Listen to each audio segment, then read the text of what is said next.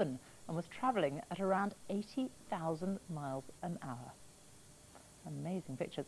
Thomas Schaffernacker is here with the weather now. We saw pictures from Cumbria a short time ago, and it's looking pretty serious. I mean, how much worse could it get? Well, I fear that actually the worst is still yet to come. We may not see the effects of this flood, or we may not see the next effects of the flood for another 24 hours or so. It takes time for the rivers to rise. Of course, there's a warning from the Met Office. This is not just a severe weather warning, this is an extreme weather warning for quite a small area of the UK. It's across parts of Cumbria, or most of Cumbria, and also southwestern Scotland. It's this persistent current of air coming out of the Atlantic that's dragging in a lot of moisture.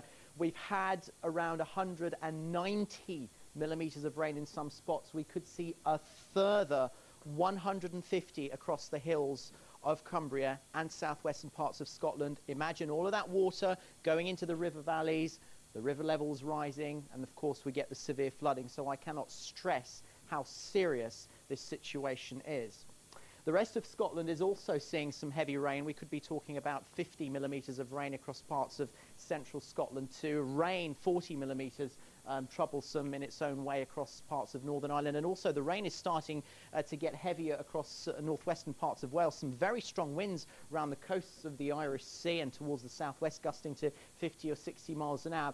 But of course, this is not a national weather story. Across the south of the UK, it's completely different. I mean, it doesn't feel like November at all. 15 degrees or so with a bit of sunshine. But then, of course, as soon as we get into the Lake District, it's just pouring and pouring of rain. So basically, in Cumbria and southwestern Scotland, it'll continue to rain all through the day, all through the evening, through the night, and then slowly by the early hours of Friday morning, the rain starts to ease off. But all of us will then get this weather front. But the rain across the south of the UK won't be anywhere near as heavy. It will just splash its way through compared to the northern half of the UK.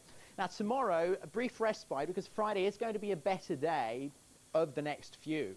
There will be some rain around the leftovers of this nasty weather front across the southeast of the country, but for the rest of the UK, it's actually, as I say, not a bad day. 12 degrees with a few showers, still breezy, yes. And then for the weekend, it's not looking optimistic at all. In fact, look at this area of low pressure dominating the Atlantic here. You know what that means. Bad weather, lots of isobars, lots of weather fronts, and guess where all of the rain is heading? Once more towards western parts of the UK. I don't want to sound too alarmist, but this is quite a nasty situation. Rain again affecting the same areas, Cumbria, southwestern parts of Scotland, and indeed other parts of western Britain. And on top of that, we'll see gale force winds, 60, maybe 70 mile an hour gusts. So the weekend is staying unsettled. I don't think it's going to be a complete write-off. There will be some sunshine around, but it's not looking great. Certainly unsettled is the best word to use.